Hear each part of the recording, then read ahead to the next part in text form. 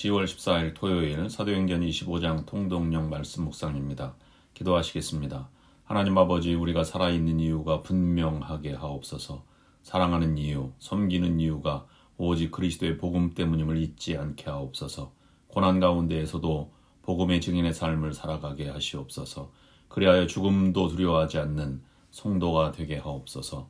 예수 그리스도의 이름으로 기도드립니다. 아멘. 오늘의 말씀은 사도행전 25장 1절부터 27절입니다. 말씀 묵상 단어는 이유입니다.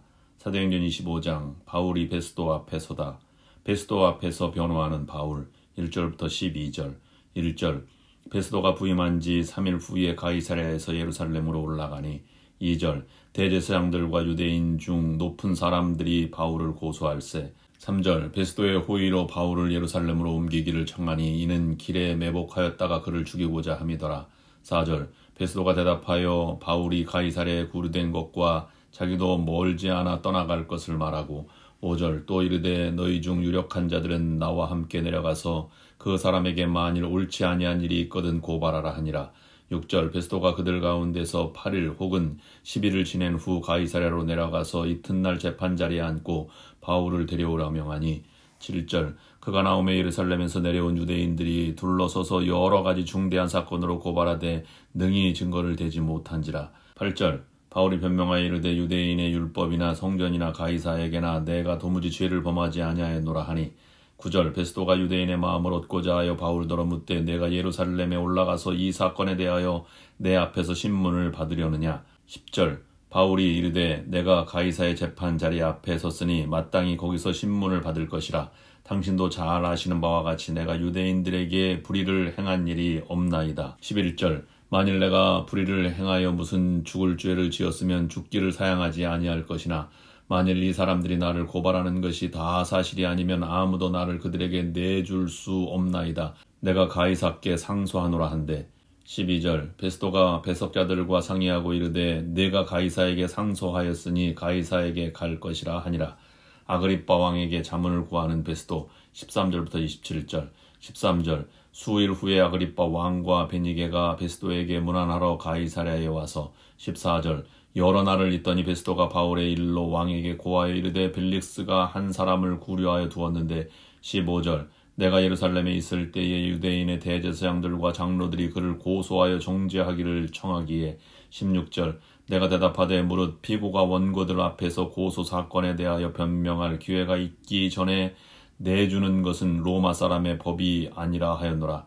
17절 그러므로 그들이 나와 함께 여기 오매 내가 지체하지 아니하고 이튿날 재판자리에 앉아 명하여 그 사람을 데려왔으나 18절 원고들이 서서 내가 짐작하던 것 같은 악행의 혐의는 하나도 제시하지 아니하고 19절 오직 자기들의 종교와 또는 예수라 하는 이가 죽은 것을 살아있다고 바울이 주장하는 그 일에 관한 문제로 고발하는 것뿐이라. 20절 내가 이 일에 대하여 어떻게 심리하는지 몰라서 바울에게 묻되 예루살렘에 올라가서 이 일의 신문을 받으려느냐 한즉 21절 바울은 황제의 판결을 받도록 자기를 지켜주기를 호소함으로 내가 그를 가이사에게 보내기까지 지켜두라 명하였노라 하니 22절 아그리빠가 베스도에게 이르되 나도 이 사람의 말을 듣고자 하노라. 베스도가 이르되 내일 들으시리이다 하더라.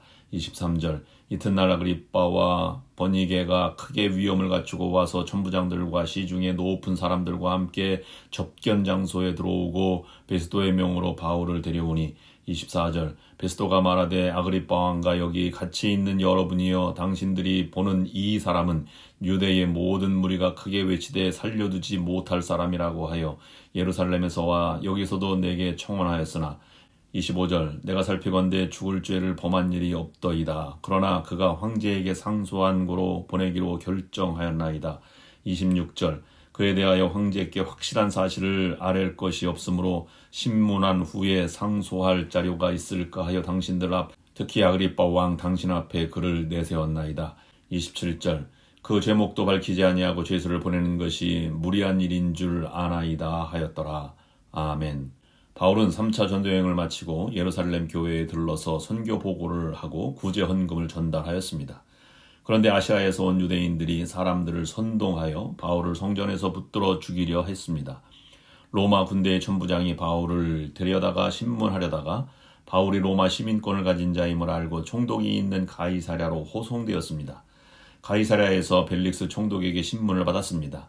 벨릭스 총독은 바울이 죄가 없음을 확인하고도 유대인들의 환심을 사기 위해 바울을 구금시켜 놓았습니다. 약 2년 후에 벨릭스 총독이 로마로 소환되고 베스도가 총독으로 부임합니다. 베스도에게 신문을 받는 바울은 로마로 가기 위해 가이사에게 신문 받을 것을 호소합니다.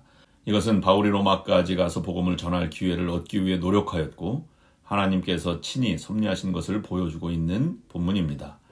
바울이 베스도 총독 앞에서 자신을 변호하는 말 중에 우리들이 마음에 간직해야 할 말이 있습니다.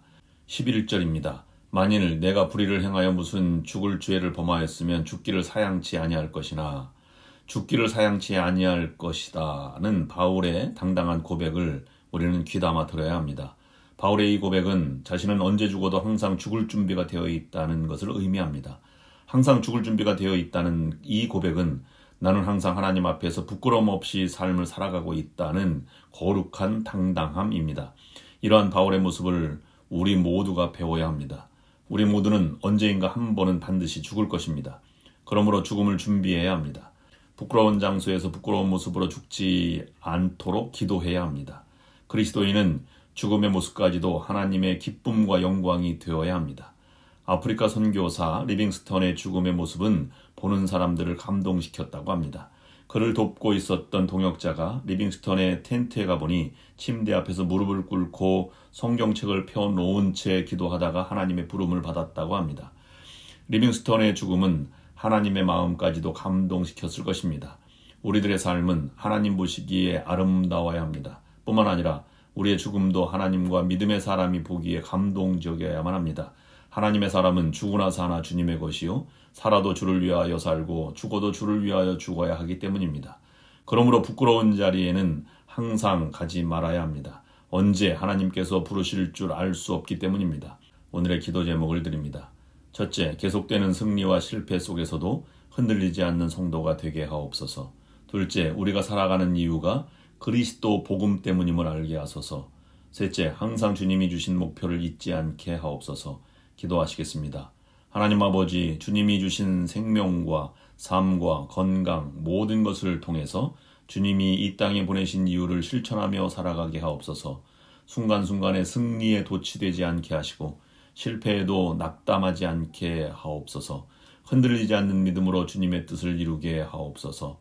예수 그리스도의 이름으로 기도드립니다. 아멘.